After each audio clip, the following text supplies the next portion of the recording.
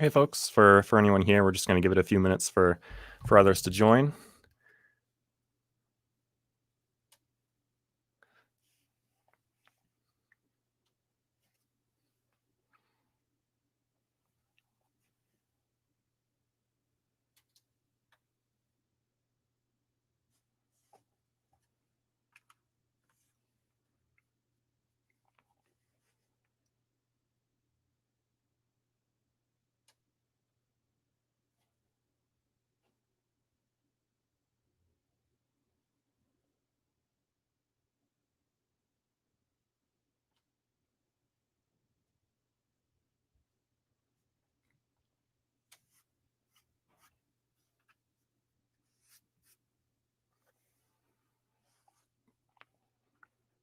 Tampa, Florida.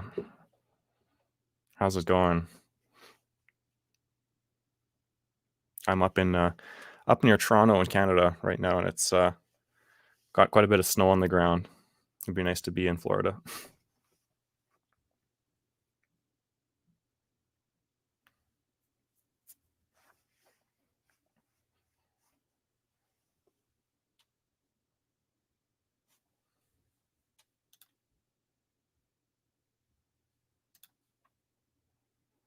All right, so I guess might as well get started here.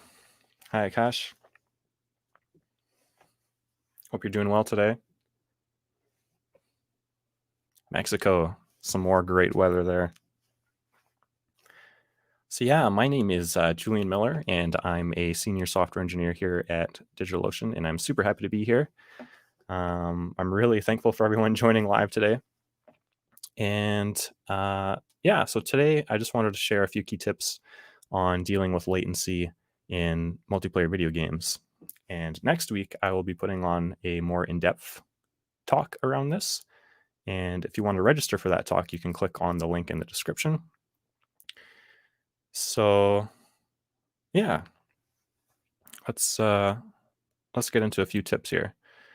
So I guess for folks who aren't fully aware, latency in video games is a big problem because it takes time for information from one player to actually travel to another player due to those packets actually having to travel through the internet, going through different networks, through routers, and through cabling.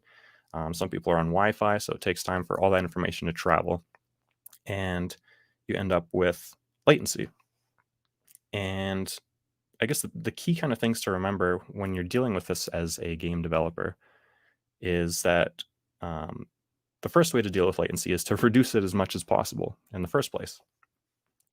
So there are a couple ways that you can do this. One is to implement regional servers. So if you have your game servers close to where your players are, it's going to take less time for their information to travel to the server and then back to them and to the other players. Another thing you can do is use UDP versus TCP when possible. And I'll definitely go more in detail into this in next week's talk. But the reason we want to do this is that TCP has a bunch of stuff built on top of the internet protocol that is great for reliability. So if you're sending an email or browsing a website, it's perfect for that.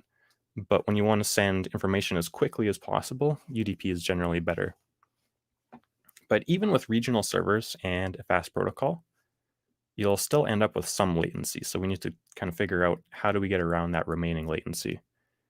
And two ways we can do that are client-side prediction and lag compensation to mitigate the remaining impact of the latency. So client-side prediction is essentially we're going to predict where the client or the player is going to be in a couple milliseconds from now, because latency is typically if you get up over a second, it's pretty hard to play anything. So if we're talking about milliseconds in general when we talk about latency. Yeah, and then lag compensation is dealing with that remaining latency on the server side. So there are a few things you can do there as well that I'll cover more in depth in next week's talk. I guess the other thing to mention is that latency isn't always a problem necessarily. So if you're playing a slower paced game, something like, say, chess or a turn-based RPG, then you don't really need to worry about it as much. So something like TCP is going to work fine. You don't necessarily need to have regional servers. And yeah, so it's not really necessarily a one-size-fits-all kind of problem. But the talk that I'm going to go through next week is going to focus a lot more on the real-time multiplayer games. So things like first-person shooters, MOBAs, and that sort of thing. So yeah, again, if you're more interested in hearing about the details, you can register for the talk that I'll be giving next week in the link in the description. And I don't know if anyone has any questions that they want answered right now, but I can hopefully or potentially address a few of them if we have some time.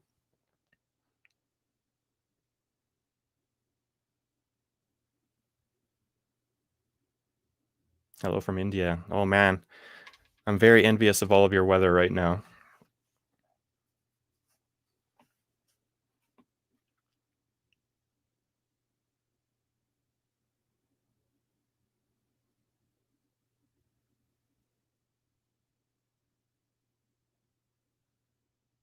So I'll give it just a couple more moments if anyone has any questions they'd like answered now. If not, happy to answer more next week.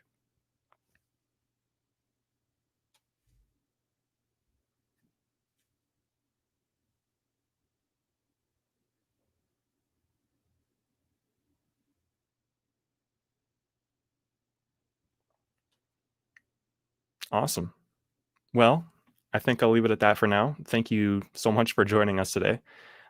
Make sure you do register for the talk. The link is there in the comments and the description. And yeah, thanks, folks.